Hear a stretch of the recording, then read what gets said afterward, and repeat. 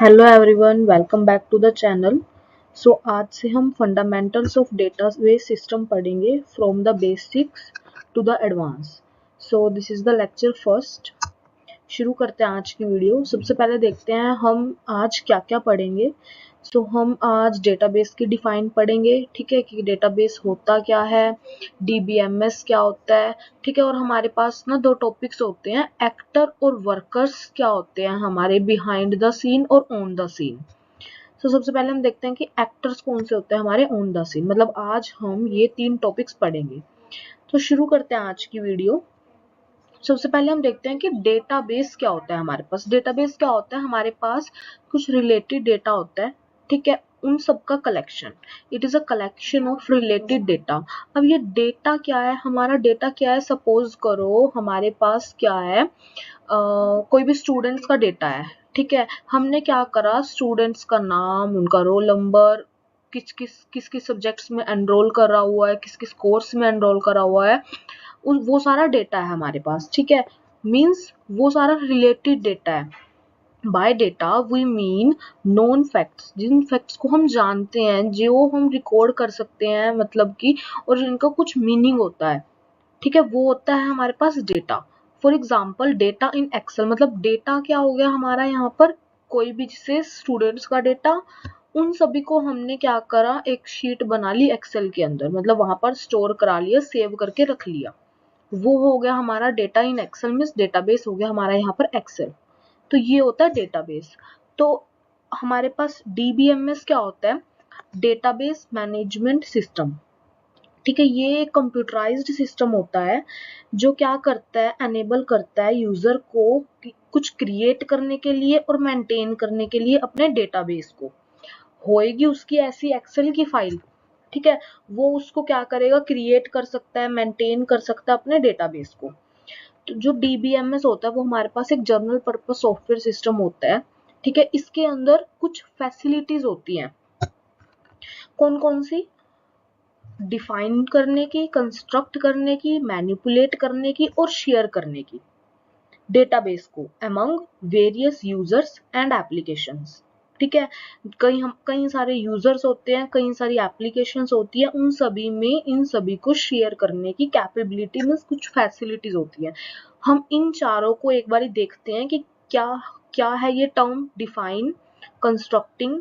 इसके अंदर ना एक टर्म होती है मेटा डेटा, कि वो क्या होती है, वो सभी हम देखते हैं, ठीक है। तो डिफाइनिंग क्या होता है, defining a database involves specifying the data types, structures and constraint of the data to be stored in the database. Defining का मतलब पता क्या है, हमारे पास डेटाबेस मतलब वो किस तरह की शीट है, मतलब कि सपोज करो स्टूडेंट्स का डेटा है, ठीक है, उसके अंदर मैंने रोल नंबर लिखा, नाम लिखा, ठीक है।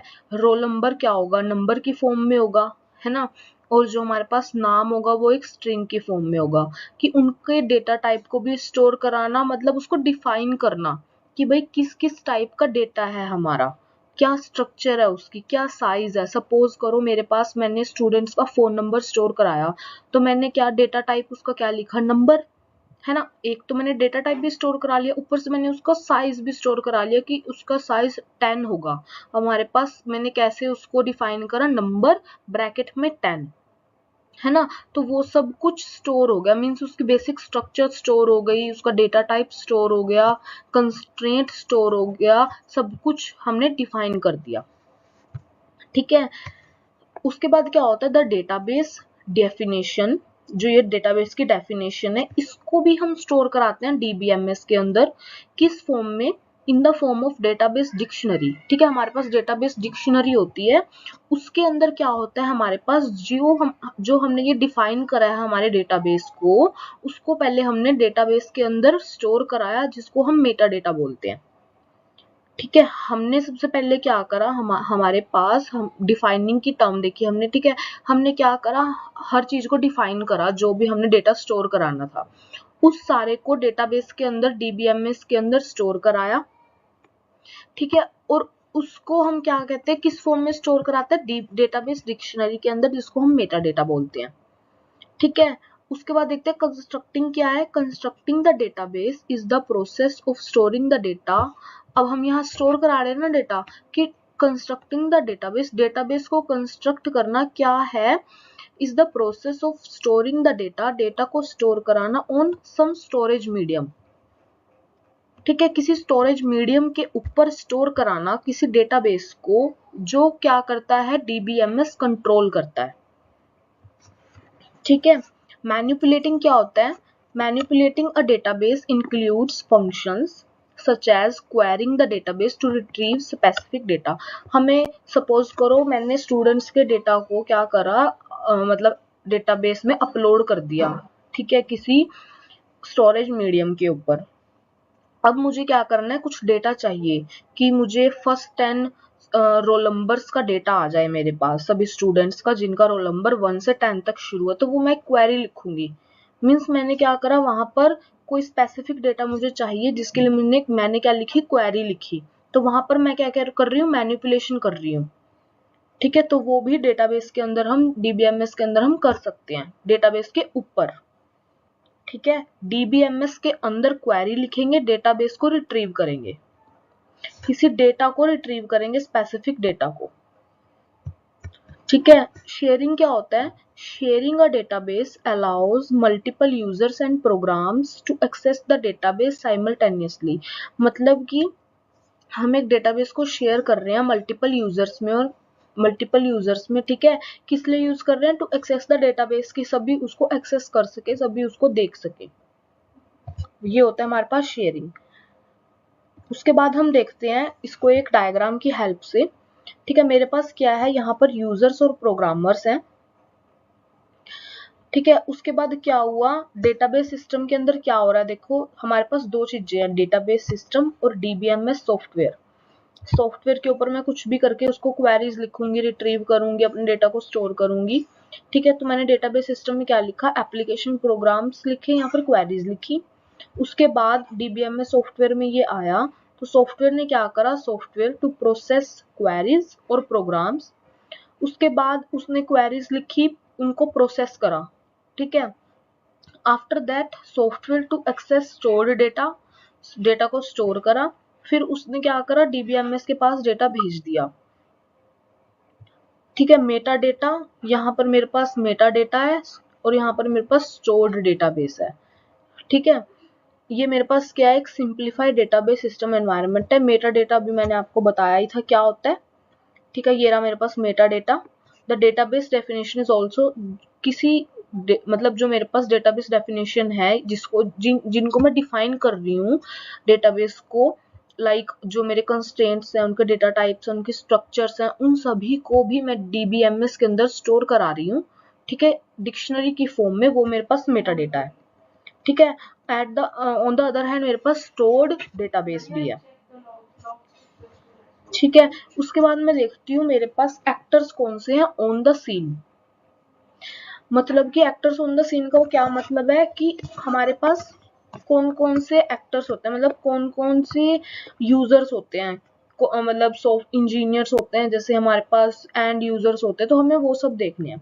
सबसे पहले हमारे पास होता है डेटाबेस एडमिनिस्ट्रेटर, एडमिनिस्ट्रेशंस। ठीक है, मतलब कि एडमिन टीम होती है हमारे पास। डेटाबेस डिजाइनर्स, हमारे पास डिजाइनर्स होते हैं, एंड यूजर्स होते हैं, और system analyst and application programmers, जिन्हें हम सॉफ्टवेयर इंजीनियर बोलते हैं। हमारे पास ये चार एक्टर्स होते हैं on the scene, admin team, designer team, end users और सॉफ्टवेयर इंजीनियर्स। अब हम इन चारों को देखते हैं कि इनके अंदर क्या क्या होता है, मतलब ये क्या क्या काम करते हैं। ठीक है, तो सबसे पहले देखते हैं database administration. In a database environment the primary resource is a database itself, है ना। मतलब हर डेटाबेस एनवायरनमेंट के अंदर सबसे पहला रिसोर्स क्या है, डेटाबेस, खुद डेटाबेस है। And the secondary source is the related software, कि उससे रिलेटेड क्या सॉफ्टवेयर है, मतलब कि किस सॉफ्टवेयर पे वो काम होगा, क्या कुछ होगा। Administrating these resources is the responsibility of the database, मतलब कि इन सभी को क्या करना, कि कौन सा काम कौन करेगा, किसको एक्सेस मिलेगी, किस टाइप की एक्सेस मिलेगी, ये काम होता है एडमिनिस्ट्रेटर का। ठीक है, the DBA is accountable for problems such as security breaches, अगर कहीं पर सिक्योरिटी ब्रीच हो जाती है, and poor system response time है, मतलब कि जो हमने जिस टाइम पर वो काम करना था वो नहीं हो पा रहा, तो ये सब काम कौन देखता है? डीबीए देखता है। ठीक है, डेटाबेस एडमिनिस्ट्रेशंस, इनका काम ये है। उसके बाद हम देखते हैं डिजाइनर्स क्या कर रहे हैं। डिजाइनर्स क्या कर रहे हैं? Database designers are responsible for identifying the data to be stored in the database, for choosing appropriate structures to represent and store this data. अब इन्हें ये पता है कि हमें काम किस चीज पे करना है ना। जो डिजाइनर टीम होगी वो क्या करेगी? वो एक हमारे लिए स्ट्रक्चर तैयार कर देगी, किनके लिए? जो कोडिंग वगैरह करेंगे, ठीक है, उनके लिए वो एक स्ट्रक्चर तैयार करेगी। डेटाबेस डिजाइनर्स आर रिस्पॉन्सिबल, किस लिए रिस्पॉन्सिबल होते हैं वो? For identifying the data to be stored in the database, identify करेंगे उस डेटा को जो स्टोर होएगा डेटाबेस के अंदर। For choosing appropriate structures to represent and store this data. ठीक है, in many cases the designer क्या होते हैं? वो डीबीए टीम की तरफ से स्टाफ भी हो सकता है, या फिर उन्हें अलग से असाइन भी करा जा सकता है। ठीक है, तो ये हमारे पास डिजाइनर्स का काम होता है, बेसिकली एक हमारे पास आर्किटेक्चर तैयार करना।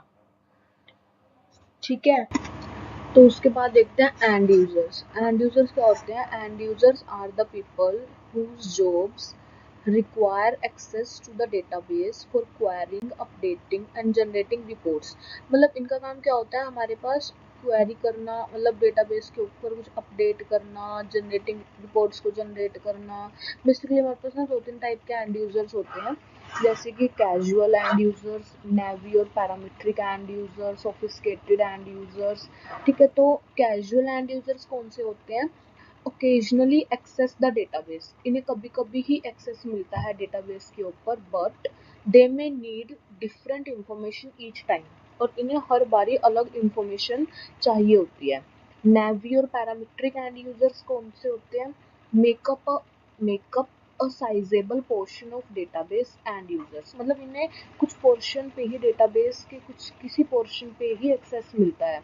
इनका मेन काम क्या होता है? Their main job function revolves around constantly querying and updating the database using, मतलब इनका मेन काम क्या होता है? क्वेरी करना और अपडेट करना the database using standard type of queries and updates, जिनको हम कैन ट्रांजेक्शंस भी बोलते हैं। ठीक है, सोफिस्टिकेटेड एंड यूजर्स क्या होते हैं? are those who have advanced or specialized knowledge in the specific areas related to technology। मतलब कि सपोज करो अगर वो साइबर सिक्योरिटी का बंदा है तो उसे साइबर सिक्योरिटी की पूरी नॉलेज होगी, वो उसका एक्सपर्ट होगा। सॉफ्टवेयर डेवलपर होगा तो उसको अगर वो जिस टेक्नोलॉजी के ऊपर काम करता है वो उसके ऊपर वो पूरा एक्सपर्ट होगा। ठीक है, तो वो सोफिस्टिकेटेड एंड यूजर्स वो होते हैं। उसके बाद हमारा एक पॉइंट रह गया, system analyst and application programmers. ये क्या होते हैं? System analyst determines the requirement of and users, ये एंड यूजर्स की रिक्वायरमेंट को डिटरमाइन करते हैं, स्पेशली नेवी और पैरामीट्रिक एंड यूजर्स की, और डेवलप करते हैं specifications for standard can transaction. ठीक है, और कैन ट्रांजेक्शन के लिए ये स्पेसिफिकेशन को डेवलप करते हैं that meet these requirements। ठीक है, एप्लीकेशन प्रोग्रामर्स क्या होते हैं? ये इम्प्लीमेंट करते हैं these specification as programs। ठीक है, उन स्पेसिफिकेशंस, देखो सिस्टम एनालिस्ट ने क्या करा, हमारे पास स्पेसिफिकेशंस बनाई, एप्लीकेशन प्रोग्रामर्स ने उन स्पेसिफिकेशन को इम्प्लीमेंट करा, प्रोग्रामिंग करके, कोडिंग करके उनको टेस्ट करा, कोई बग आया उसे डीबग करा, डॉक्यूमेंटेशन बनाई और मेंटेन करा। ठीक है, सच एनालिस्ट एंड प्रोग्रामर्स, इनको हम क्या बोलते हैं? सॉफ्टवेयर डेवलपर्स या सॉफ्टवेयर इंजीनियर्स। ठीक है, तो आज की वीडियो में इतना ही। आज हमने क्या पढ़ा? डेटाबेस के बारे में, डीबीएमएस के बारे में। डीबीएमएस के अंदर हमारे पास कुछ टर्म्स होती हैं, ठीक है, 4 फंक्शंस होते हैं मेनली, वो पढ़े। फिर उसके बाद हमने उसका एक छोटा सा एग्जांपल पढ़ा। फिर कुछ हमारे पास 4 एक्टर्स ऑन द सीन होते हैं, वो हमने देखे। होप आप सभी को वीडियो पसंद आई होगी। तो आज के लिए इतना ही, मिलते हैं नेक्स्ट वीडियो के साथ। Till then bye bye, take care.